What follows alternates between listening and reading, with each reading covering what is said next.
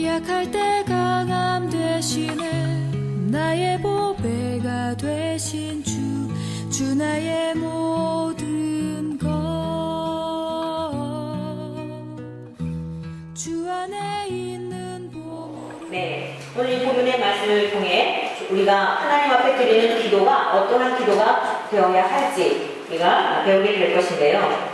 주님께서 가르쳐 주신 그 주기도문의 모든 내용을 보게 되면 철저히 나를 위한 기도가 아니라 우리를 위한 기도라고 여러분에게 말씀을 드렸죠.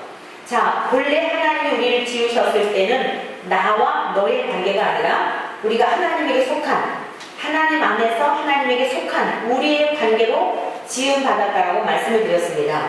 그런데 이제 최초의 아담의 타락으로 인하여 하나님과 아담의 관계는 나와 너와의 관계가 되어버린 거예요. 그래서 나와 너와의 관계 속에 그 안에 죄악의 담이 가로막혀 있어 우리는 하나님과 영원히 하나가 될 수 없는 이러한 존재가 되었다고 했지요. 그래서 이렇게 영원한 죄악의 담이 가로막혀 있어 우리가 하나님께로 갈 수도 없고 하나님 우리에게도 올 수도 없는 이러한 문제를 해결하여 주시기 위해 예수님이 이 땅에 오셨다는 사실이에요. 이 사실을 여러분도 믿습니까? 네, 그리고 그 가로막혀 있는 죄악의 담을 예수님의 십자가로 품으셔서 하나님과 원수 관계였던 우리들이 하나님과 연합된 자가 되어 하나님과 한 몸을 이루며 거룩한 성령님으로 성령님 우리 안에 우리가 성령님 안에 거처할 수 있는 그런 연합된 관계가 된 것입니다. 그래서 철저하게 이제 우리 이 교회 공동체 예배당 안에 예수님을 믿는 우리들은 예수님은 교회의 머리가 되시고 저와 여러분들은 다 교회의 몸된 지체가 되어서 그래서 우리는 하나인 것이에요. 하나가 되어야만 하는 것이에요. 어떻게 해요? 예수님을 중심하여 머리이신 예수님을 중심하여 우리 모두는 지체가 되어 있기 때문에 오늘 주님이 가르쳐 주신 기도도요. 그런 배경 속에서 오늘 이해하실 수 있기를 바랍니다.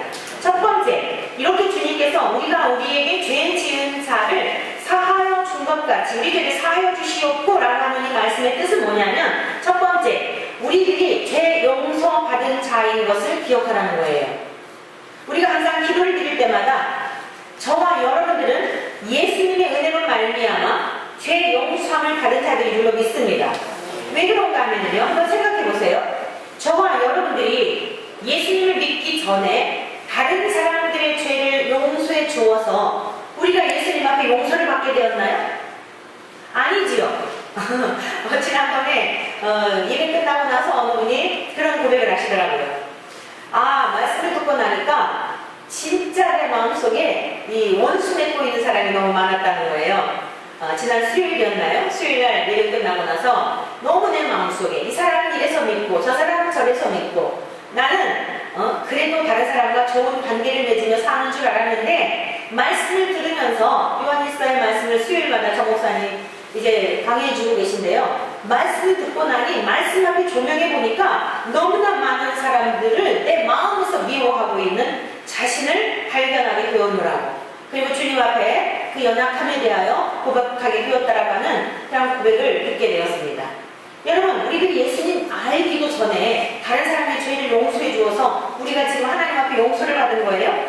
아닙니다. 우리는 그나마 예수님을 믿으니까 이 정도 되었지, 그나마 예수님을 믿으니까 가정들이 유지가 되고 남편이 귀한 줄 알고 아내도 귀한 줄 알고 부모님을 공경해 하는 줄도 알고 자식에 대하여서도 우리가 더 해주지 못한 미안함도 갖고 이러고 살아가지, 우리는 태어날 때부터 아주 자기 중심적이고 자기가 신이 되어 살아가고 있는 모든 사람들이요 자기 숭배 사상 속에 다 빠져 있는 거예요. 그래서 내 생각하고 다르면 화가 나고 내 생각하고 다르게 되면 전쟁이 일어나고 가정에서도 전쟁이 일어나고 여러분 몇 사람이 안 모여 있는 곳에도 싸움이 일어나는 게 뭔지 아세요? 다 신들의 싸움이에요. 다 자기들이 신이 되어 있기 때문입니다. 신앙생활은 뭐냐면 이것을 깨뜨리고 이것을 인정하고 이것을 죽이고 하나님을 신의 자리로 올려드리고 우리는 인간의 자리로 내려가서 피조물의 자리로 내려가서 맞습니다. 우리는 흙덩어리에 불과합니다. 나는 아무것도 아닌 존재인데 그동안 너무 잘난 척하며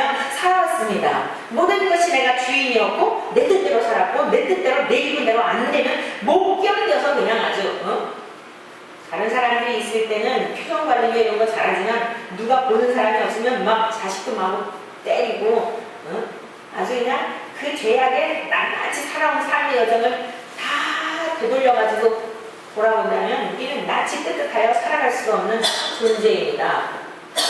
그런데 이러한 나를 하나님이 용서해 주셨으니 정말 얼마나 감사한지요. 사랑하는 성도 여러분, 우리가 우리 죄를 사하여 준 것 같이, 아니요, 저와 여러분들은 다른 사람들을 사하여 주었기 때문에 주님이 우리를 용서해 주신 게 아니에요.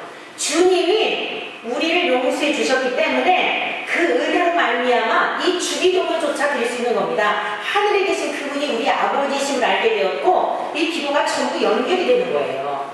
진짜 하나님이 내 아버지이심에 대한 이 세상 만물의 통치자이심에 대한 이 믿음을 갖게 되면 그분의 이름을 위하여 거룩한 삶을 살고자 하는 열망이 생기는 거예요. 내가 거룩한 삶을 살아서 천국 가야지 이게 아니고 내가 어떤 존재였는데 나 같은 인생을 구원해 주시는 내가 너무 감사해서 견딜 수 없는 마음으로 내 아버지, 하나님 아버지의 자존심과 명예를 위해서 거룩한 삶, 그게 구별된 삶이거든요. 세상 사람들과 이 세상의 가치를 두고 살아가는 사람과는 가치가 다르다는 말씀이에요. 그게 구별된 삶이에요. 저 하늘에 소망을 두고 살아가기 때문에 이 땅에 소망을 두고 살아가는 정말 온갖 혈안이 되어서 어떻게 해서든지 수단과 방법을 가리지 아니하고 내 기쁨과 내 만족과 내 쾌락과 내 일락을 위해 나가 중심이 되어 있는 사람들하고는 전혀 다른 우리의 삶을 살아가는 거예요. 나를 구원하여 주신 우리 주님의 은혜를 위하여, 우리 하나님 아버지의 영광을 위하여 사랑하는 성도들과 함께 저천성을 향하여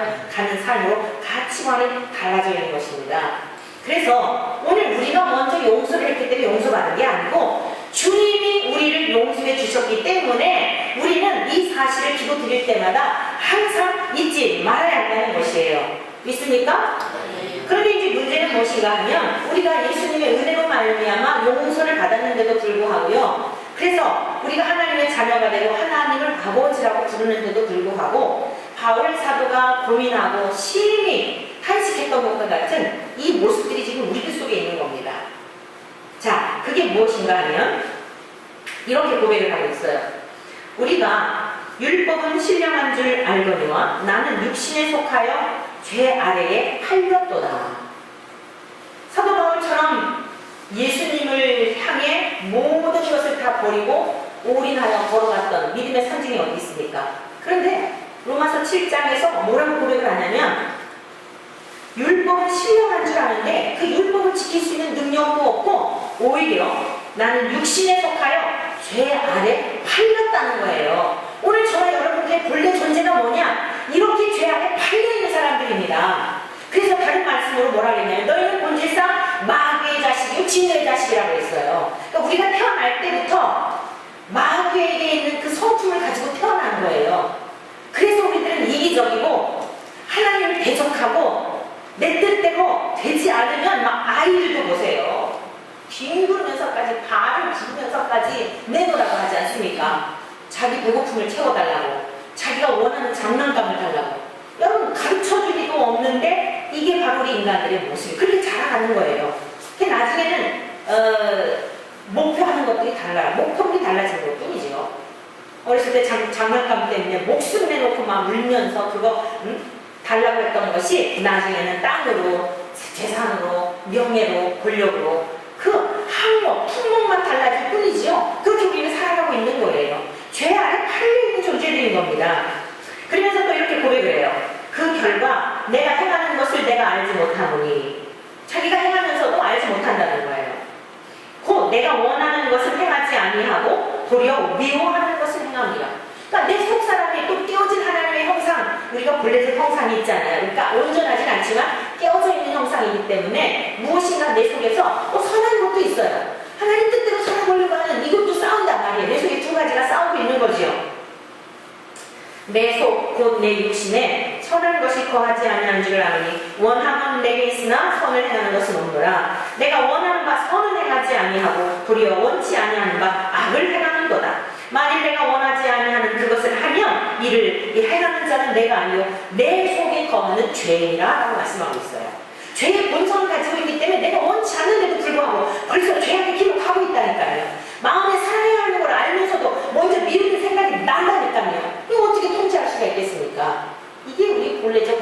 고백이란 말이에요. 그래서 선을 행하기를 원하지만 이제 주님을 알았기 때문에 내가 이렇게 살아서는 안 된다라고 하는 것을 알지만 내 힘으로는 어찌할 수 없는 이러한 것을 바울 사도는 고백을 한 겁니다.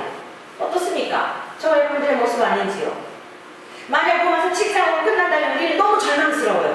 근데 바울 사도가 하나님의 은혜를 깨달은 거예요. 이게 우리들의 본래적 모습인데 어떨 때는 착하고 어떨 때는 정말 악하고 여러분 다른 사람 볼 거 없어요. 자신을 들여다보세요. 하나님 앞에 나를 보세요. 절대 다른 사람 지금 관여할 시간이 없습니다. 여러분 지금 기차가 이 한 번밖에 없는 기차인데 이 차를 타고 내가 지금 원하는 저 기차를 가지 말고 비행기라고 합시다. 자, 아주 여러분이 소망하는 저 타국에 그냥 아주 유럽의 멋진 나라에 가서 지금 살려고 평생을 준비해 왔어요. 그래가지고 지금 비행기를 타고 가는데 시간이 다 된 겁니다. 아내도 가고 자녀들도 가고 다 같이 가죠.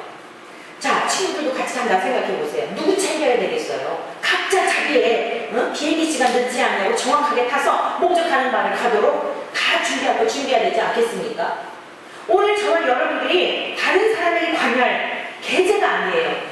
날마다 순간마다 하나님 앞에서 오늘 정말 내가 이 믿음의 그 길을 따라서 주님이 원하시는 그 길을 따라 잘 가고 있는지 체크하면서 정말 삐끗하고 뭔가가 잘못된 것 같으면 내 안에 성령이 우리에게 주셔요. 어떤 마음으로 주시냐면 평강으로, 그렇지 않은 경우에는 불편함으로 하나님께서 우리에게 평강 가운데 쭉 인도함을 주시면 물론 죄를 짓는데도 평강함은 그거야말로 하인 맞은 신령이라고 해요. 내가 지금 죄를 지었는데 세상에서 하나님과 전혀 상관없이 어쩌다가 생각날 때 필요할 때만 하나님을 찾는 그런데도 불구하고 나 천국에 잘 갈 거야 하고 마음 평강하다 고민해야 할 상황인 거죠.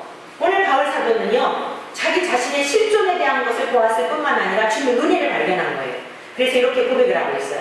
우리 주 예수 그리스도로 말미암아 하나님께 감사하리로다. 우리 주 예수 그리스도로 말미암아. 왜요? 하나님과 원수 관계였던 우리의 관계를 화목하게 하시려고 그 하나님께서 아들을 보내주셔서 우리에게 새 생명을 주신 은혜를 생각하니까 정신이 번쩍 나면서요. 오늘 오전에 말씀드렸잖아요. 그냥 기분이 충만해갖고 체면이 없는 거예요. 그거 하나만으로 생각한다 할지라도. 여러분 사형 언도를 받은 사람이 당신은 무죄해요라고 한다면 그 사람이 체면 차릴까요?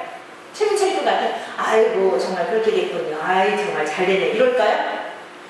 펄펄 뛰면서 펄펄 뛰면서 야 나는 이제 살았다 이러지 않겠습니까? 오늘 우리들이 어떤 존재였어요? 저 영원한 지옥 불못에 하나님과의 관계가 단절되어져 있는 이게 지옥이에요. 하나님 없이 살아가는 게 지옥이에요. 그 영원한 또 불못. 그렇게 이 땅에서도 그렇게 살 뿐만 아니라 염려와 근심과 외로움과 고통 속에 하나님 없는 관계에서 살 뿐만 아니라 실제적으로 영원히 하나님과 분리되어 살아가는 그게 지옥이란 말이에요. 그런데 우리가 하나님 안에서 살 수 있는 존재가 되었으니 바울 사도는 우리 주 하나님께 감사하리로다.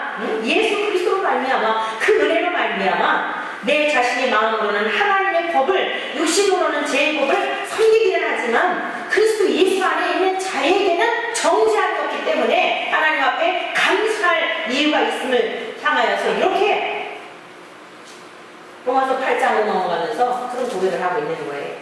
그리스도 예수 안에 있는 생명의 성령의 법이 죄와 사망의 법에서 저와 여러분들을 해방하여 주신 줄로 믿습니다. 그래서 저와 여러분들은 비록 우리들 속에 예습성이 있고 정말 우리들 속에 악함이 있지만 낙심할 필요가 없어요. 날마다 싸워가야 하는 거예요. 제가 지난 주간에 원수라고 하는 제목으로 한번 글을 써봤어요. 원수. 여러분 뭐가 원수입니까? 제가 발견한 원수예요. 내 안에 원수가 살고 있다. 육신의 정욕과 안목의 정욕과 이생의 자랑으로서 태어날 때부터 벗삼아온 원수다. 과거에 절도를 하여 상관이 없다고 하나 끊임없이 찾아온다. 나는 그 원수가 찾아올 때마다 싸운다. 때로 그 싸움에서 이길 때도 있으나 참패를 당하기도 한다. 그 원수를 용납하지 않으려 하나 때로는 그 원수와 동거하기도 한다. 그럴 때면 내 안에 더 큰 전쟁이 일어난다. 피 흘리기까지 싸우지는 않았으나 오늘도 싸웠다. 내 주의 권능과 구원이 여전히 필요한 존재임을 오늘도 알았다. 사랑하는 성도 여러분들이요, 원수는 저 밖에 있는 게 아니고요 어떤 경우에는 뭐 자식이 원수다, 남편이 원수다, 뭐 아내가 원수다 그러는데 아니에요. 여러분 우리 안에 내 속 안에 이 죄악의 쓴뿌리로 끊임없이 하나님을 대적하게 하고 잘난 척하고 교만하고 하나님을 대적하게 하고 내 의의를 내세우려 하고 얼마나 괴롭히는지 몰라요. 여러분 뭐 때문에 괴로우세요?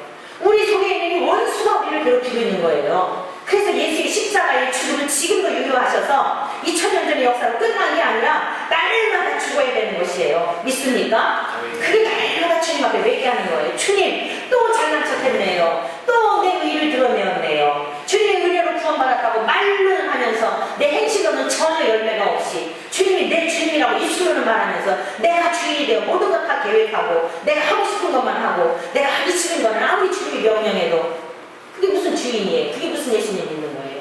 주님이 분명히 내 안에 거하시면요 첫째 증거가 뭐냐면 주인이 바뀌어지게 되죠. 주인이. 그게 특징이에요. 진짜 예수님을 믿는 사람은요 주인이 바뀌어지게 돼 있는 거예요.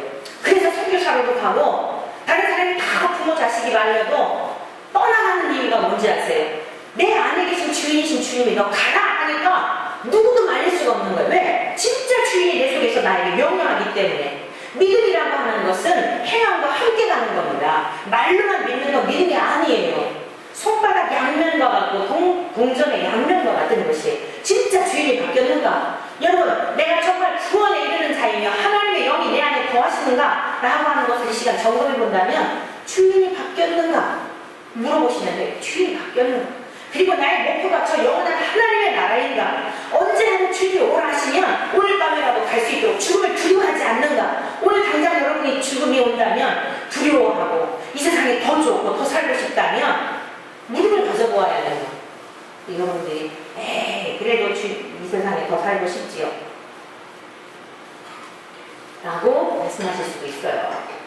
건강하게 오래오래 여러분이 주신 하나님께서 주신 아내와 남편과 더불어 또는 홀로 산다 할지라도 하나님의 인도하심을 따라 넉넉히 행복하게 오래 사시기를 축복합니다. 그런데 하나님께서 주신 날수 동안에 우리가 오늘이라도 오라 하시면 주님 감사합니다. 잘 살았습니다. 하나님 힘들고 어려운 일도 많았지만 때가 더 도우셔서 정말 잘 살았습니다.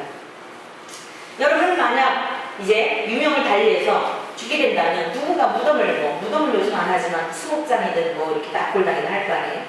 뭘 하고 비문을 새기고 싶으세요? 한번 여러분이 이제 올 한 해가 다 마감해 갔는데요. 여러분의 인생의 끝자락에 무엇이라 비문을 새기고 싶으신지 한번 좀 생각해 보시면 좋을 듯 싶어요. 저는 이렇게 새겨달라고 글을 남기고 싶어요. 그토록 사모하던 주님 품에 드디어 안기다. 이게 소원이에요. 그토록 사모하던 주님 품에 드디어 안기다. 여러분 죽음은요 두려움이 아니에요. 이민 가는 거 여러분들 살기 좋은 나라에 이민 가기 위해서 모든 거 다 팔고 언어를 배우고 이른 새벽부터 잠자리 눈 비비고 일어나서 그 나라를 준비하거늘 진짜 천국이 있다고 한다면 우리가 대충 살 수 있을까요? 이 땅에 그렇게 막 아등바등하며 그러고 살 수 있을까요? 아니 그렇게 대충 살 수 있을까요? 진짜 천국에 있는 사람은요 초를 아끼면서 살아가게 되는 거예요. 제가 지난주간에 동시에 또 하나 낭비라고 하는 글을 쓴 게 있어요. 여러분들에게 글을 올려드릴 테니까 카톡에 올려드릴 테니까 보세요. 낭비하고 살 수 없는 거예요. 한시도. 오늘 우리 어느 친구 목사님이 저에게 당신은 여러 가지 질문이 있어요.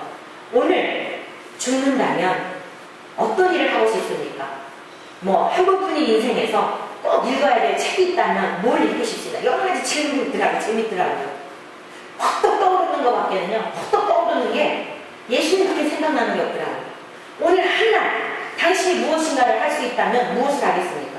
내가 오늘 지금까지 살아온 삶처럼 여전히 나는 살겠습니다. 당신이 어느 곳을 하는 것을 찾아갈 수 있다면 어느 곳을 찾아가겠습니까? 한 번밖에 기회가 없는 거예요. 그럼 어디 가고 싶으세요? 찬송과 기도할 수 있는 그곳으로 나는 달려가겠습니다. 전도했던 그곳으로 나는 달려가겠습니다. 너무 생각하고 나니 너무 잘난 척하는 거 아닌가 하는 생각이 들더라고요. 그냥 헛떡 드는 생각이 뭐예요? 오늘 당신이 꼭 누가 한 사람을 사랑하라면 누구를 사랑하겠습니까? 지금 나와 함께하고 있는 이 사람을 사랑하겠습니다. 사랑하는 성도 여러분요, 우리가 내 안에 계신 주님으로 말미암아 용서받을 자격 없는 우리를 용서해 주신 은혜로서 살아가기 때문에 허투루 살 수도 없고 대충 살 수도 없고 더 정열을 불태우며 살아간다는 사실이에요. 믿습니까?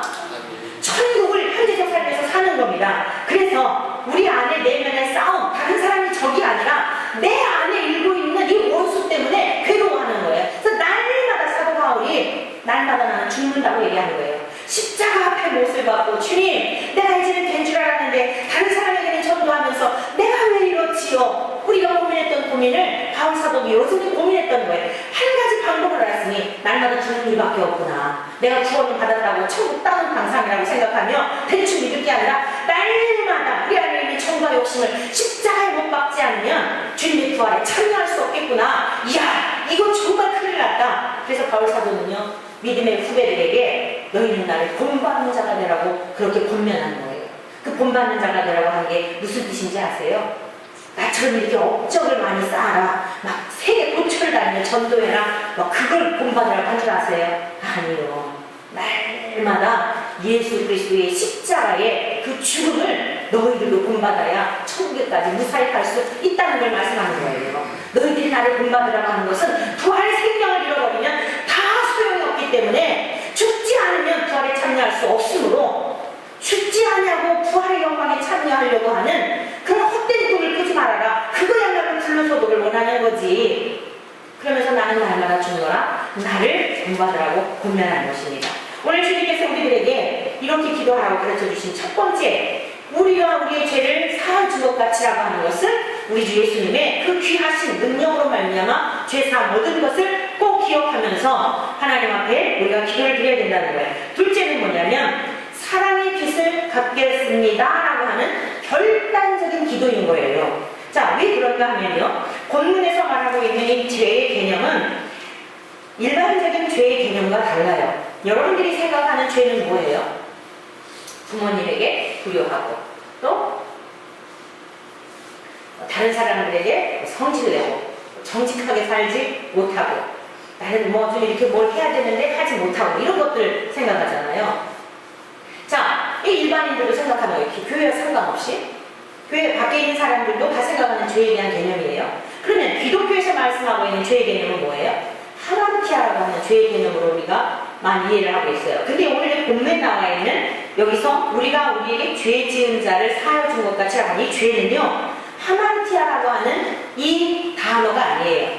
그러니까 하마르티아라고 하는 건 뭐냐면 관역이 빗나갔다, 짝이 맞지 않다라고 하는 이런 의미를 갖고 있거든요.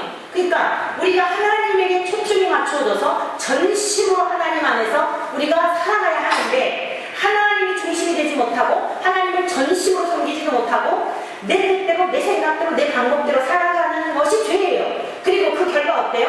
하나님과의 관계가 단절이 되어져서 하나님의 말씀을 들어도 듣지 못하고 알지 못하고 깨닫지 못하는 이런 증상들이 나타나게 됐겠지요. 지옥이 뭐예요? 하나님 없는 곳이 지옥이에요. 천국이 뭐예요? 하나님이 내 안에 계시면 그게 천국이죠. 믿습니까?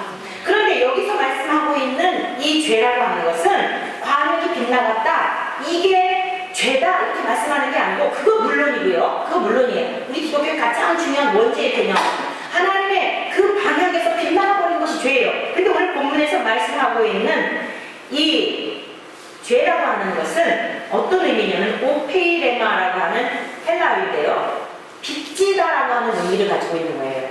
빚지다, 빚짐이라고 하는 이런 의미를 가지고 있어요. 그러니까 오늘 이 말씀을 통하여 주님 우리들에게 일깨워 주시기를 원하시는 게 뭐냐면, 자, 첫 번째, 우리가 어떤 존재라고요? 죄 용서를 받은 자라고 했죠. 그러나 우리가 죄 용서를 받았다는 건 뭐예요? 우리가 하자가 있는 인생이라는 거잖아요. 그 죄에서 타감을 받은 거잖아요. 그럼 이 타감을 받은 것을 다른 사람에게 반드시 그 빚을 갚아야 된다라고 하는 의미예요. 그러니까 내가 하나님의 사랑을 받았으면서도 다른 사람들에게 그 사랑을 갚지 않으면 이게 죄란 말씀이에요. 이해가 되셨어요? 이해가 되십니까? 오늘 기독교가요, 내가 된 종교가 아닙니다. 나 혼자만 감상하고 나 혼자만 뭐 묵상하고 그리고 부모도 몰라라 하고 천만의 말씀이에요. 요즘은 제가 거리에 나가서 꼭 그런 말씀 이제 전해요. 뭐 사실 당연한 건데 원래 너무나 당연한 얘기를 하지 않고 있어요. 제가 오늘 꼭 거리에 나가서 요즘 수요일이든지 광화문에서든지 하는 이야기는 하나님 사랑 이웃 사랑이잖아요. 내년 목회 계획도 하나님 사랑 이웃 사랑을 실천하는 해로 정했어요. 오늘 당회 때 여러분들에게 다 발표할 것이지만 어떻게 우리가 하나님을 사랑할 것인가, 이웃 사랑할 것인가, 이게 막연한 게 아니라 어떻게 구체적으로 우리가 실천할 것인가에 대한 것을 내년에는 좀 더 우리들의 신앙이 좀 역동적이고 좀 삶의 열매를 좀 맺어야 되겠다 싶어가지고 그렇게 표현을 정했어요. 성경 전체 가르침이 하나님 사랑, 이웃 사랑입니다. 그냥 우리가 맨날 성경 공부나 하고 탁상목에서 이게 아니에요. 원리를 깨달았으면 가정에 돌아가서, 삶 속에 돌아가서, 직장에 돌아가서, 그리고 지금 이 사부 오열이 되어 있는 이 조국 앞에 정말 우리들이 해야 할 일이 뭐라고 생각하세요? 뭐 가서 막 피켓을 들고 데모하는 것 가지고 나라가 뒤집어질까요? 개혁이 일어날까요? 아니에요. 우리 한 사람 한 사람부터 자기의 자리로 돌아가서 우리의 각자의 자리를 지키며 하나님 앞에서의 삶을 살아가는 것이 회복하는 길인 줄로 믿습니다. 오늘 젊은이들에게도 항상 하는 얘기, 길거리 다니면서 하는 얘기. 우리 각자 아버지는 아버지의 자리로 돌아가고 어머니는 어머니의 자리로 돌아가고 자식은 자식의 자리로 돌아가서 하나님이 우리에게 주신 본래적 사명을 살아야 된다. 왜 부모님들이 고독사를 하고 혼자 돌아가시게 하고 여러분들이 부모님 모시는 운동을 좀 우리 기독교인들부터 했으면 좋겠다. 나를 낳아준 부모님을 섬기지 않는 사람들은 저 성경에 보면 사악한 무리라고 말씀하고 있어요. 구체적인 거예요. 구체적인 거예요. 신앙생활이라는 것은 막연한 게 아니고 현실적인 거예요. 그러면 어떤 조건이 있어서일까요? 여러분 남편을 존중하고 아내를 사랑하는 게 뭐 이뻐서 애쓰라임이어서인가요? 존재 자체로 사랑하라는 거예요. 내가 너희를 이렇게 사랑한 것처럼, 사랑받을 자격 없는 너희를 사랑한 것처럼 네 자식을 그렇게 사랑하고, 자식이 능력이 없더라도 네 뜻대로 안 자라주어도 하나님의 형상이다. 내 자식이야. 네 새끼 아니야. 그래서 하나님의 사랑으로 아이를 사랑하니까 내 승질머리대로 가르칠 수 있겠어요? 막 혈기를 낼 수 있겠습니까? 존중해 줄 수밖에 없는 거예요. 남편이 무능하다고 막 없이 여길 수 있을까요? 돈 벌어올 때는 막 이러고 돈 못 벌어왔다고 이혼하자 그러고 다 그럴 수 있을까요? 너무너무 지금 우리는 폐역한 세대에 살고 있는 거예요. 하나님의 사랑의 방법은 뭐냐면 있는 그대로 사랑하는 거예요. 존재 자체로 사랑하는 거예요. 믿습니까? 사랑하는 성도 여러분들, 정말 어쩌면 세상에 살고 있는데 다른 사람들 신경 쓰지 말고 다른 사람이 어떻게 하나 하지 말고 오늘 정말 여러분들만이라도 여러분의 가정에서 이 성경 맨날 주일날 와서 하루에 예배 오전 오후 예배 듣고 수요일날 오전 나와서 전도하고 아무리 우리가 천사의 말을 할지라도 삶 속에서 살아내지 못하면 하나님은 전혀 우리들에게 믿는 사람이라고 인정해 주시지 않아요. 믿음이 있으면 열매를 맺을 수밖에 없는 겁니다. 내 열매를 맺는 게 아니고요. 내가 이렇게 하면 하나님이 복 주시겠지. 이것은 하나님이 전혀 원하시는 게 아니에요. 그건 이방인들도 다 하는 거예요. 다른 종교인들도 다 하는 거예요. 그 열심을 가지고 복을 이루어보려고 하는 게 종교인들이에요. 우리 기독교가 다른 건 뭐냐면 사랑받을 자격 없는 나를 사랑해 주신 은혜가 너무 감사해갖고 빚진 자가 되어버린 거예요. 하나님 앞에. 빚진 자가 되어서 이 체험을 갖지 않으면 주인한테 혼나게 되는 거예요. 그런데 혼날까봐 무서워서가 아니라 또 율법이 돼버려요. 내 안에 계신 성령님이 사랑하도록 그 풍성한 은혜를 부어주셔서 저절로 물이 흘러가는 것처럼, 샘물이 흘러가는 것처럼, 예수님 생수라고 그랬잖아요. 생수가 내 안에 계시면 흘러 넘치게 돼 있는 거예요. 억지로 기뻐하려고 하면 위선적이고 웃기는 노릇이죠. 그런데 내 안에 계신 주님이 나로 하여금 다른 사람을 바라볼 때에 시각이 달라져서 자녀자들을 보아도 귀하게 여기고, 공부하지 못한 사람을 보아도 다 소중하게 여기고, 직업에도 빈부귀천이 없이 저들이 얼마나 고단한 삶을 살아가나. 그러니까요, 예수 믿는 사람들은 눈물이 많아질 수밖에 없고요. 다른 사람들이 기뻐하는 거 보면 같이 덩달아서 기뻐할 수밖에 없고요.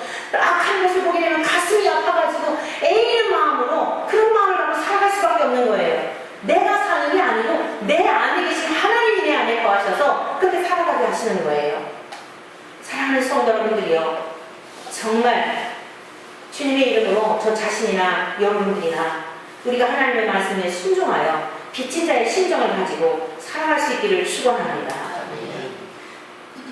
마태복음 18장에 보면은 1만 달란트 빚진 자의 비유가 나와요. 그런데 여기 빚지다라고 하는 오페이레마라고 하는 이 단어가 마태복음 18장에 빚진 자라고 하는 그 사람, 어떤 빚진 사람에 대한 그 같은 단어가 쓰여진 거예요. 그러니까 그러니까 오늘 예수님께서 우리에게 죄 지은 사람을 용서하여 준 것 같이 우리 죄를 사하여 주십시오라고 가르쳐 주신 이 기도의 의미는 뭐예요? 1만 달란트 빚진 사람이 있었는데 이 1만 달란트라고 하는 것은 인간이 도저히 갚을 수 없는 빚입니다. 그런데 이 빚을 임금이 너 빨리 빚을 갚아라.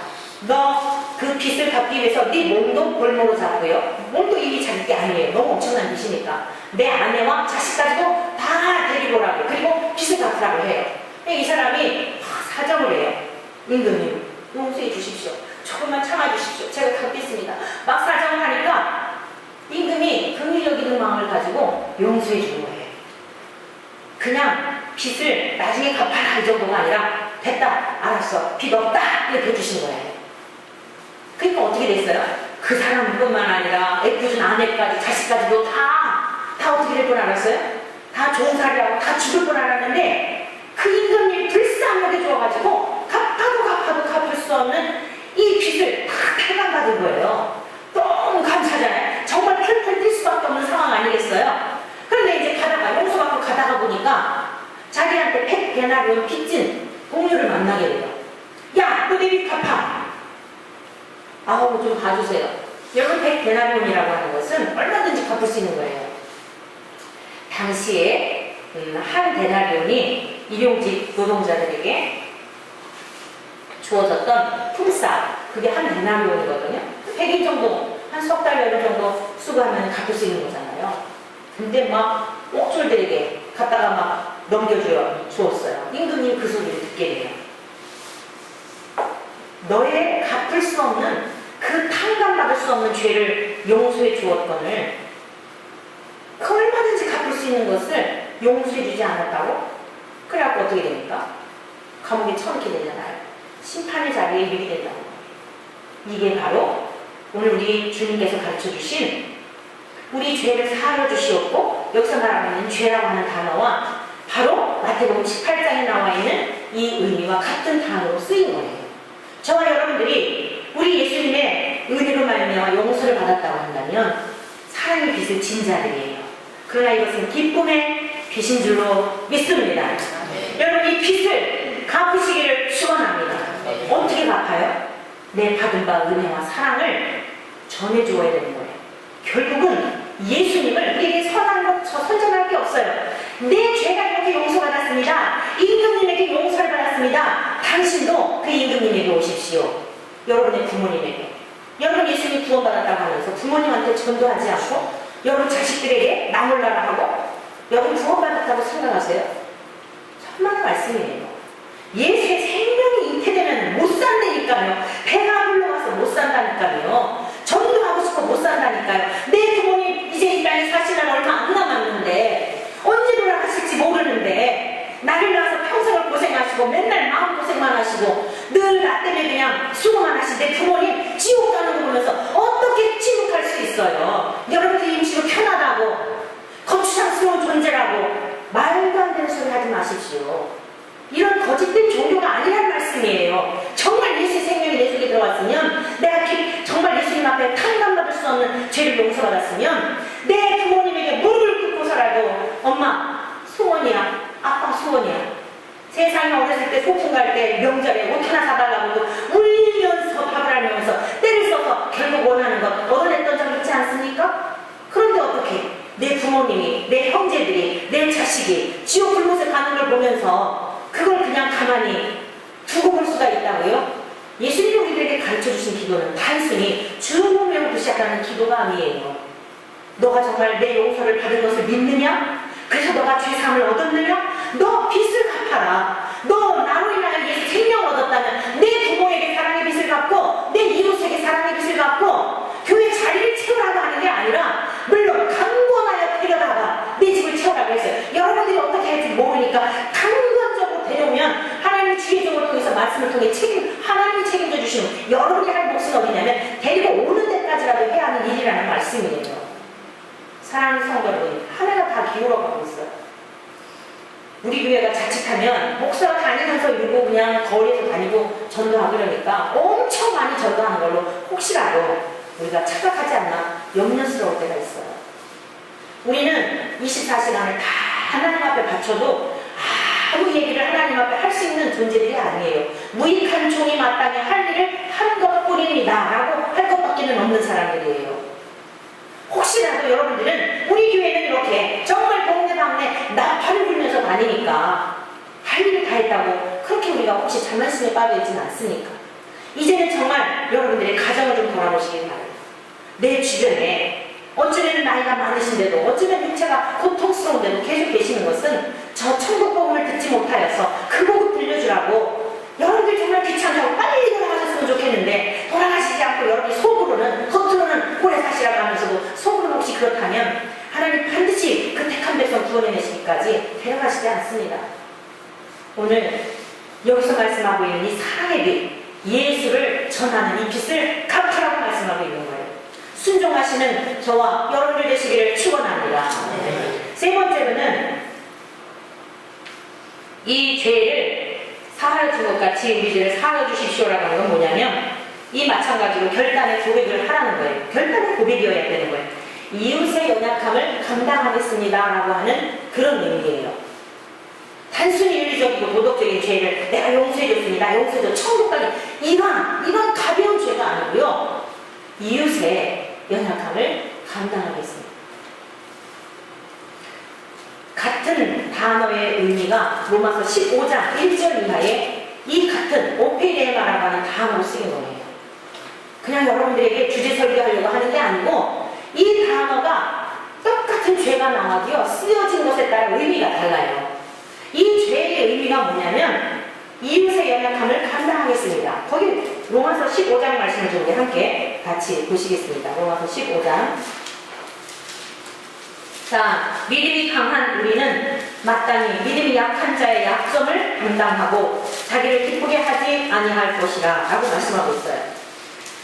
그러면서요, 이 로마서는 1장서부터 12장까지 11장까지 우리가 어떻게 구원을 얻는가에 대한 기독교의 매우 중요한 교리를 담고 있습니다. 그래서 그것은 핵심적인 게 뭐냐? 오직 예수 그리스도를 믿음으로 말미암아 구원 얻는다라고 하는 것을 로마서 1장 16절 17절의 주제인데요. 그것을 확증시켜주고 있어요. 그러면서 그렇게 구원을 얻은 사람들은 이 사회에서 어떻게 살아가야 되는가? 가정에서 어떻게 살아가야 되는가? 사하의 관계 속에서 어떻게 살아가야 되는가? 이런 여러 가지 우리가 그야말로 윤리적이고 도덕적인 그러니까 율법을 지켜 천국에 가는 게 아니라 구원 얻은 사람들이 어떻게 삶에 인간관계 속에서 세상 속에서 어떻게 살아가야 되는지에 대해서 구체적으로 말씀하고 있는 거예요. 그래서 더 윤리적일 수밖에 없는 거예요. 믿습니까? 하나님을 제대로 믿게 되면 교통법규 하나 어기는 것도 자꾸 어려워지는 거예요. 그전에는 누가 보는 사람이 나오나 이러고서는 슬쩍 지나가죠.